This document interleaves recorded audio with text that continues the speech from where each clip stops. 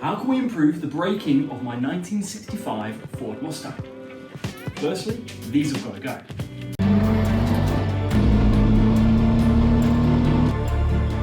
Wow, what a hilly circuit.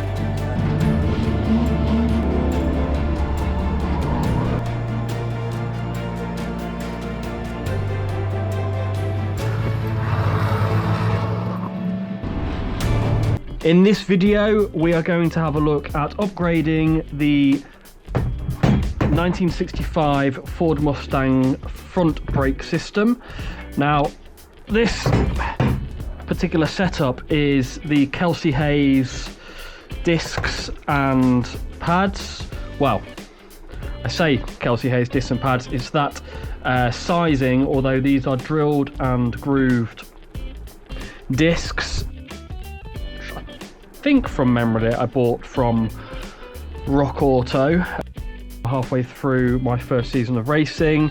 I wanted to stick with the Kelsey Hayes kind of design and layout at that stage because the car was pretty much set up for FIA spec, and I wasn't quite sure which direction I was going to go at that point, whether I was going to enter FIA races or stick with Bernie's V8s, etc. So anyway, I've done my first season and I did it on these drilled and grooved discs, and then a set of racing EBC yellow pads, I believe, which I've gone through some heat cycles. I think it's fair to say there, probably, although there's quite a lot of meat left on them, probably getting towards the end of their life. Now, I did also replace the calipers as well. Last season, one of the new calipers ended up having a leak from one of the pistons, which caused me to keep losing a brake pedal around Brands Hatch. So that was fun. Didn't realise until afterwards when I stripped the car down. So anyway, yeah. So the car is on original spindles, so the small bearing spindles, and then standard original sort of period correct brake setup. So what I've decided after much deliberation, research, cost exercises, decided to go for a set of street or track discs or rotors. So you see these are grooved, they're not drilled. Now, some people do say actually that you shouldn't go for drilled discs because they can crack, so it leaves a bit of a weak point between the drills, and so through the heat cycles and stuff they can crack as well, so it's just something to be wary of. Anyway, these new rotors or discs from Street or Track are not drilled, they're just grooved, but you can see certainly width wise the difference there. Huge difference between the two discs. These are 12 by 1.25 inch discs, and the Kelsey Hayes are, I believe these are 11 inch. I'm not sure what thickness they are. Pretty close to being half the thickness of these. And then caliper wise, the biggest I can get whilst retaining the 15 inch spoke wheels. So again, 4 piston. You can see the pistons are slightly bigger in this setup, and then just a bigger caliper. Huge pads, really thick pads. Opted for the racing pads as well from Street or Track, so I trust they are that. The disc has got set up basically for some really good airflow, so they are directional. And then I also got a new hub with it. Okay, so this is a brand new hub. Opted for the longer wheel studs as well. Basically, whenever you go to make any modifications or upgrades, it ends up in this long line of things that you end up replacing. So originally I was just going to go for a set of discs and pads, and then it'll be a new hub system, and then on top of the hub system I also then opted for a larger spindle as well. So this is now a big bearing spindle, which you won't see because that one's still on there, but basically these are prone to braking, especially putting larger loads on the brakes. You're also then running sticky tyres, so because we've got them running racing tyres, stiffer suspension, there's a lot more load going through this spindle, and these early smaller spindle can snap as well under cornering and braking loads. So yeah, worthy upgrade all round, and that's what we are going to put together today and then fit to the vehicle. Additionally, so with the larger spindle, that's also meant I needed to upgrade this one here, the track rod end as well, the outer tie rod end. So that is also a thicker one which goes through there. But I mean, the kit looks brilliant, to be fair, from Street or Track. It comes with absolutely everything I need. It even comes with a set of instructions, all your torque settings, etc., for all of your, all of your fixings. And ultimately, that's what it will look like when we're done. So yeah, so clear this down, and I'm going to get set up and start building the passenger side system up.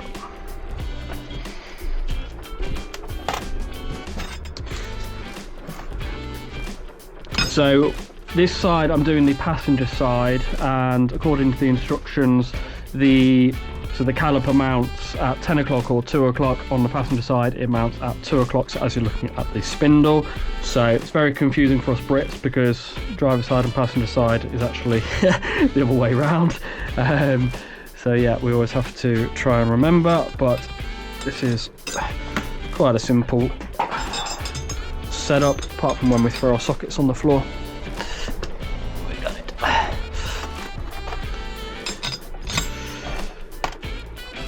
Now, I'm not going to run through the exact instructions with you guys, because I don't want to be held liable for any brake failures that you decide to go out and do. So ultimately they come with a really good instruction kit from Street or Track. If you do buy this kit, just make sure you follow that, have a good read through it all.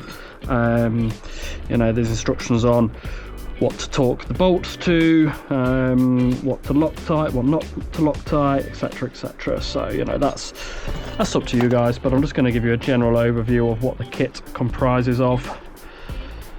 And then hopefully once we're done and the car's all back together, don't know when that will be, but we'll have a road test, a track test as well, get the brakes bedded in and do a bit of a review. I would imagine they're going to be very different to what I had before, the Kelsey Hayes setup. So yeah, I'm looking forward to some later stopping action and some shorter stopping time, some more powerful brakes. The rears are still set up as they are at the moment, standard 10-inch drums. So again, gonna probably have to have a look at those at some point. Whether I do a disc conversion, yeah, we'll see. I've got a long list of jobs I want to do over winter, so we'll see where we end up. The budget's already blown, so that's not even anything to consider anymore. So yeah, I came into the year thinking I'd spend, or into the winter thinking I'd spend a certain amount. Yeah, that's definitely gone out the window. So anyway, let's have a look on here, what I need to be torquing these up to.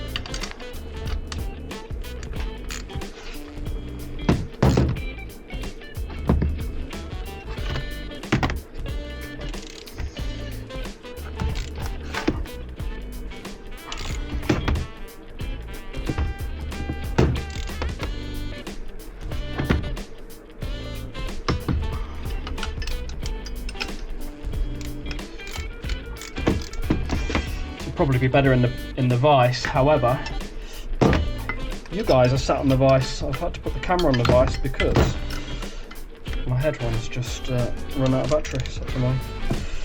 So we'll struggle just for the content.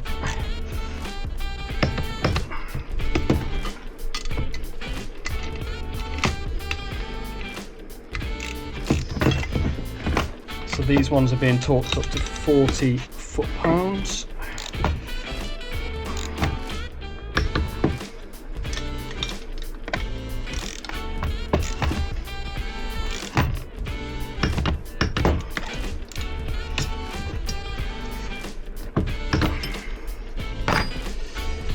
good. And then the bracket, so this is what the caliper will sit on, so it will bolt into that side, but the bracket's going to sit on here like this, and then the caliper to the back of that.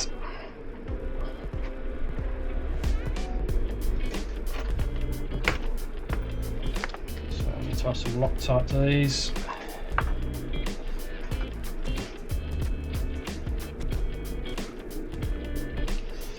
I do have 3 sizes, 3 lengths, so that's the shortest one.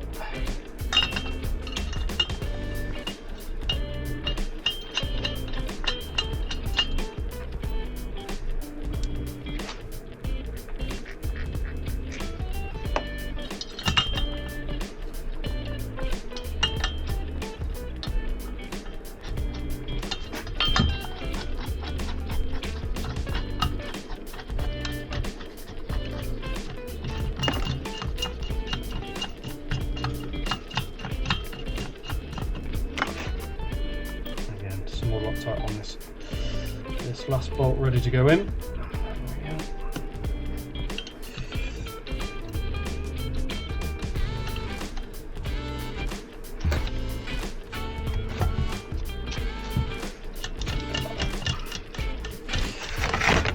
Size these out.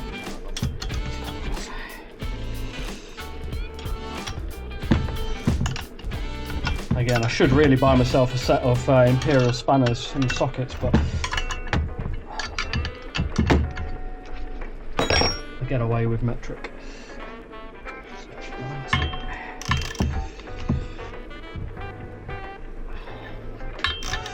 I am going to have to put this one in the vise though to do that.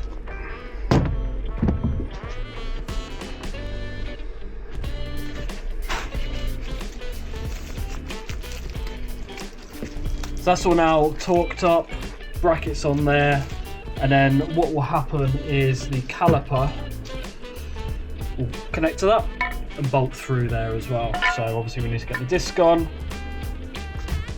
But first of all, we need to get some bearings in here. So we've got the inner bearing and the outer bearing to place in the hub.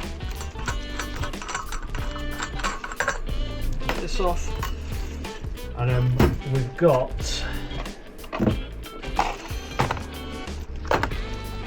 let's start with the larger bearing. So that's the inner bearing, which will go in the back. We'll then have a seal which will secure that bearing in place. So the bearing will go in there and then the seal afterwards. And then we'll have the outer bearing which will sit in there, and then basically the spindle will hold that together. So now we'll go over the spindle, bearing in there, and then the nuts and washers will hold all that in place. So to start with though, we need to do the large bearing. We'll just double check it fits, which it does, but we need to pack it with grease as well. Now there's a few ways of doing this. There is a proper little kind of apparatus you can get to clamp and squeeze loads of grease into the bearings. Unfortunately I don't have that, so I'm just going to improvise and basically get some grease and just sort of pressure the bearing against the container, try and pack it full of grease as much as I can. You can see there the grease is now coming out of the inside, which is good, so that's what you need. Do it both ways. Basically just want to be filling it with as much grease as possible. Just pack some in for good measure. This might not be the perfect way of doing it, but well, it's always worked for me.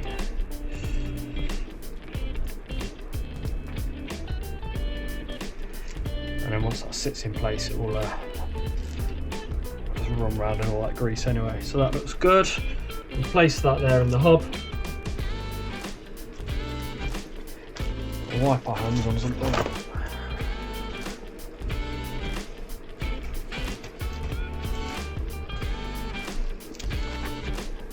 And then again, a couple of ways of doing this. I tend to just smack it in, but you should probably press it ideally.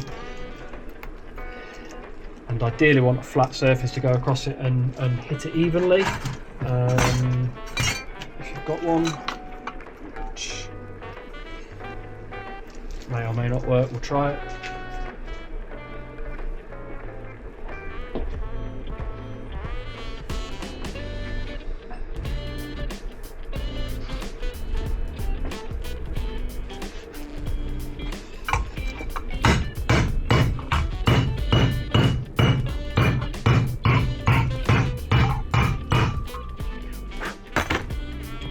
That's perfect.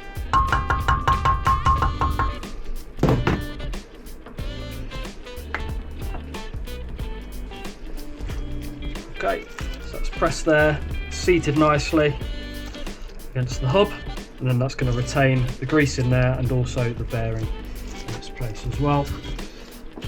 We can bring the spindle back over.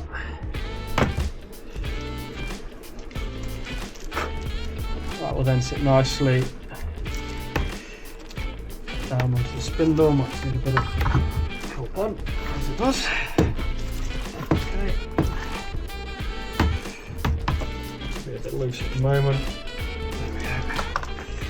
And then we can put the outer bearing in. Do the same again. We need to grease this one up. Pack it with as much grease as possible.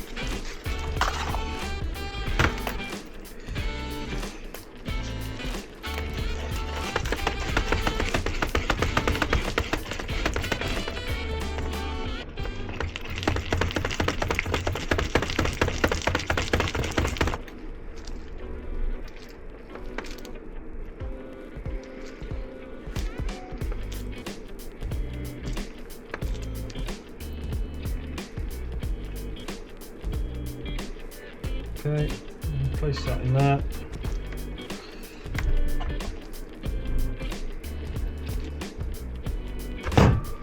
Push this down nicely into the hub. Yeah, we just pack it with grease all the way around.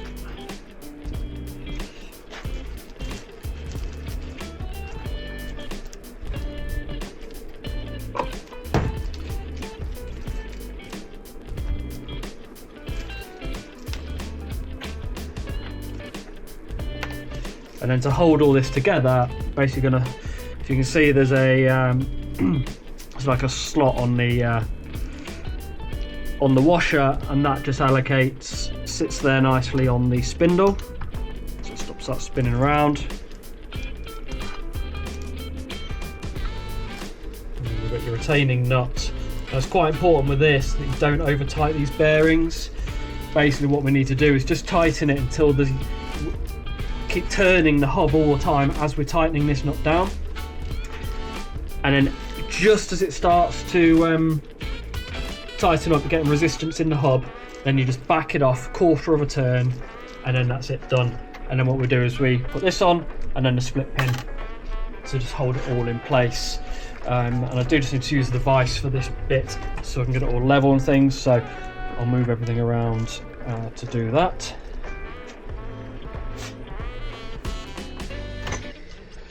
So then what we can do here is we can see how loose it is or how freely the hub moves, and then basically we just want to tighten this up until the hub starts slowing down and we get that resistance.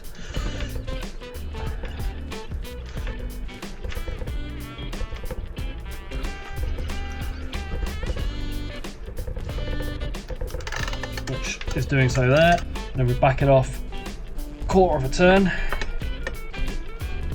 like that. And then we just check it moves nice and freely, which it does. That's all fine. And then this place on top, make sure we've got space for the split pin.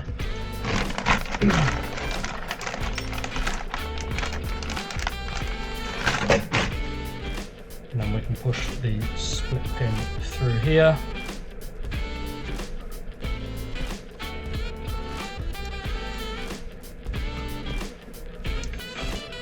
Open that out like that. So we've already got some grease on those threads, which is good. Make sure we've got the silicone seal on the hub nut cover. A bit of grease in there already, so that will lubricate the threads. then just tighten it down by hand, and then that will sit nicely and hold it all together. Stop any grease pouring out from the bearings, etc. But that's now a sealed unit ready to go.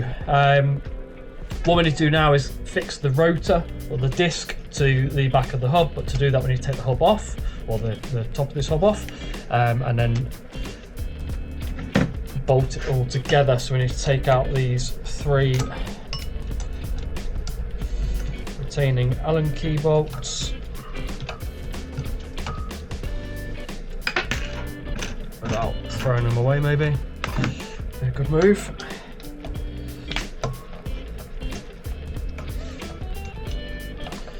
But yes, it's all coming together. It's a much bigger, more robust system than the Kelsey Haynes original setup, which is great. So I'm really looking forward to properly testing this and giving it a go on track. There is a bedding in process as well for the pads, obviously a bleed process. There's 4 bleed screws on each caliper, so I'm anticipating that that could be fun. So that's the crown or the hub off.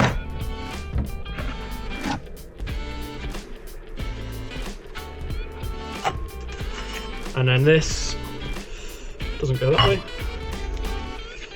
does go that way, I believe. So the easiest way to do this now is just flip everything over upside down, place the disc back onto the hub, and then we'll be using these bolts. Now they do have in the heads, they have holes already pre-drilled through them for safety wire, so you can connect all the bolts together, and then that also gives you an idea, make sure that nothing's breaking and things as well. Don't have any of that safety wire to hand, so I won't be using that today, but it is something that we can add on at a later date.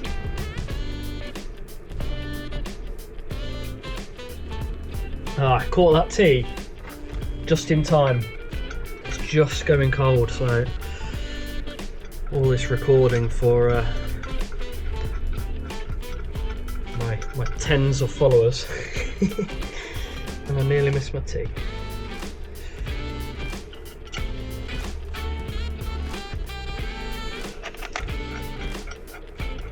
And there'll be a torque process as well for these bolts, a specific setting for these to be torqued down to, so we'll have a look at that in a second as well. Just get everything Loctite on all of them, get them started off, and then we'll torque everything down properly.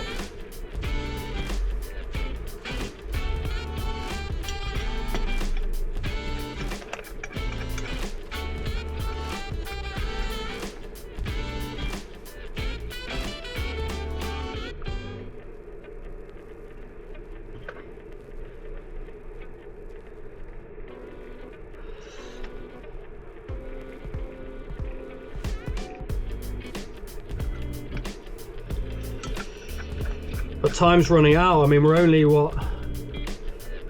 mid-December, but even still, I feel the pressure for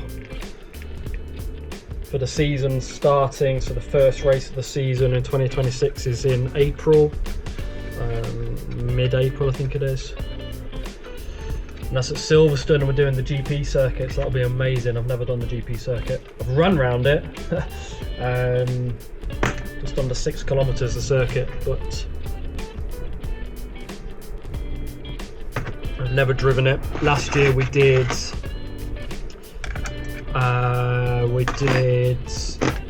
Silverstone National. That was the first race of the season. That was really cool. That was great fun. But it'd be awesome to do the full GP circuit, you know, what they do on the Formula 1 and the big races and things. Mega circuit. I've been doing some practice on the sim. Just trying to kind of understand the layout, but I do find the sim so different to real life.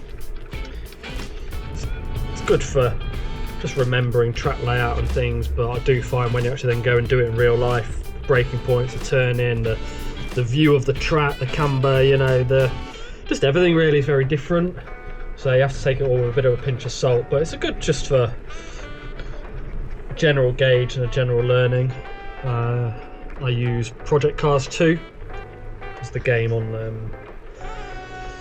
PlayStation that I use, so yeah, it's good fun. Keeps me entertained when I'm not in the garage.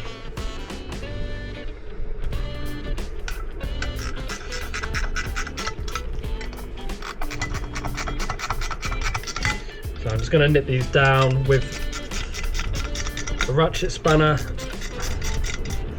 and then I'll torque them all up properly as well in sequence.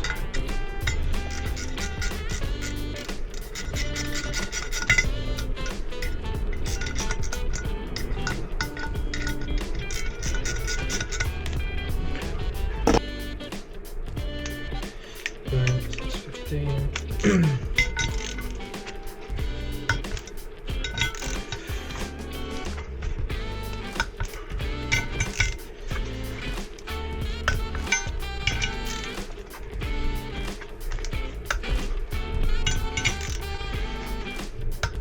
Going to go around doing an initial torque sequence of them all. I'm just doing opposite bolts, just so it sits evenly onto the onto the hut. And then I just go around them all again, make sure I've done them all. Just going in a clockwise pattern so that I remember which one I did last.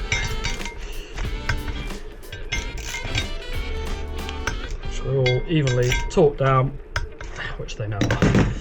And that's that. So that's all placed on beautifully. And then if we bring the spindle back into play, we can place that on there.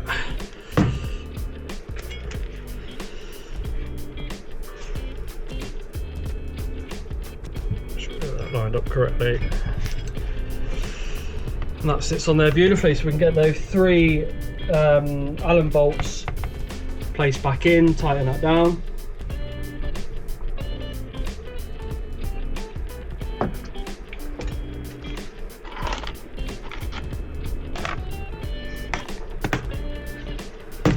Typically put that on wrong, haven't I?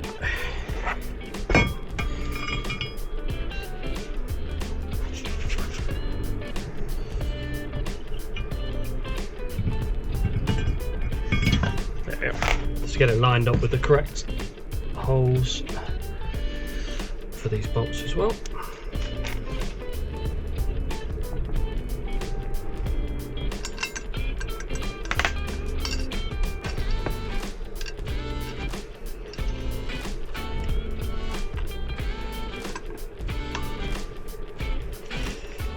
Anyway, anything about wearing these gloves is they do get in the way a bit. They're a bit thick, but never mind, it's cold, so they're staying on.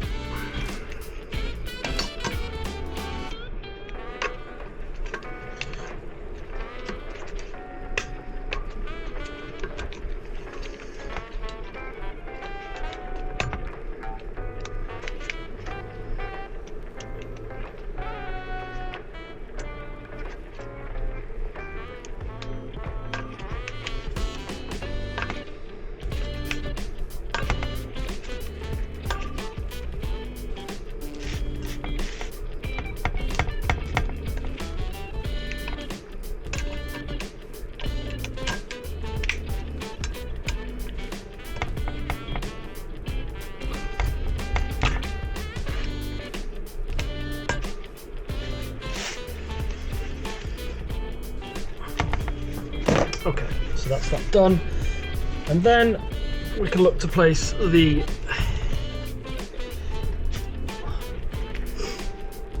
caliper on here as well. Slide that over. That'll sit nicely on there. So we also need to lock tight the threads of the bolts that are going to retain the caliper on. And then we'll put the caliper in, or the whole system in place on the car, and then I'll connect up the braided brake lines and go through the bleeding process. But for now, let's just get it all together.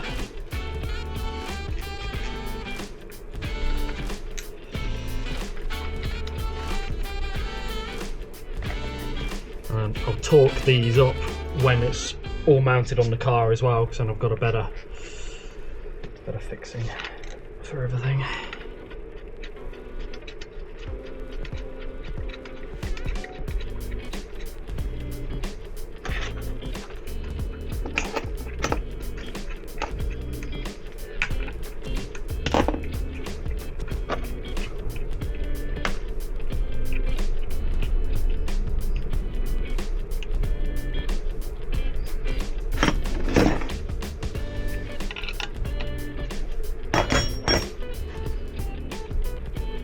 Okay, so for now I'll find the right size spanner, just nip them up ready for torquing properly once we've mounted it on the car. But that for now is it's heavy but that is looking really good.